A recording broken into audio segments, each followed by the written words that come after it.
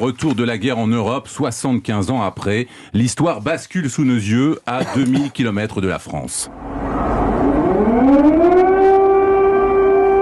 Il y a une vingtaine de minutes, cette nouvelle alerte anti-bombardement a retenti dans le centre de Kiev. Cette nuit encore, au moins 2 explosions ont frappé la capitale ukrainienne. Sur le terrain, on déplore déjà 137 morts et 316 blessés côté ukrainien.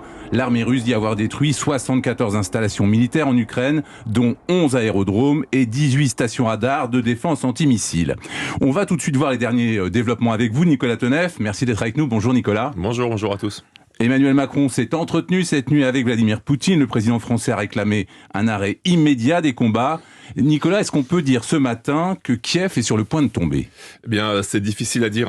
Plusieurs services de renseignements occidentaux étaient persuadés hier soir que la cité serait aux mains des troupes russes. Ce matin, ce n'est pas le cas. Alors, c'est seulement une vingtaine de kilomètres près. Un peu comme si cette nuit, les forces de Vladimir Poutine avaient ralenti leur marche forcée vers la ville, ou comme si la résistance rencontrée était plus importante que prévu. D'ailleurs, ce qui est nouveau, c'est ce que l'on a entendu, ce sont les bombardements à coups de missiles, semble-t-il, sur certains quartiers résidentiels avec des blessés. Alors, est-ce une volonté d'effrayer la population civile, de faire baisser l'envie de se battre et de résister ? C'est possible, car cette tactique, finalement, va à l'encontre de ce qu'annonçait Poutine au début, c'est-à-dire préserver les civils. C'est ce que voulait le Kremlin au début de l'offensive. Et il y a une autre hypothèse, ces tirs de missiles.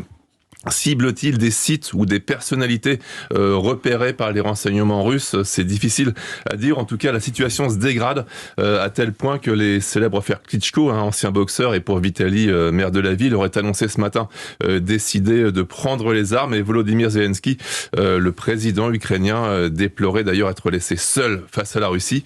Mais il annonce tout de même rester à Kiev pour résister. Nicolas Tonev, merci beaucoup Nicolas pour ce point complet. Sachez que la France va accélérer le déploiement de ses soldats en Roumanie et en Estonie dans le cadre de l'OTAN. Annonce d'Emmanuel Macron cette nuit à Bruxelles à quelques heures d'un sommet de l'OTAN prévu en visioconférence.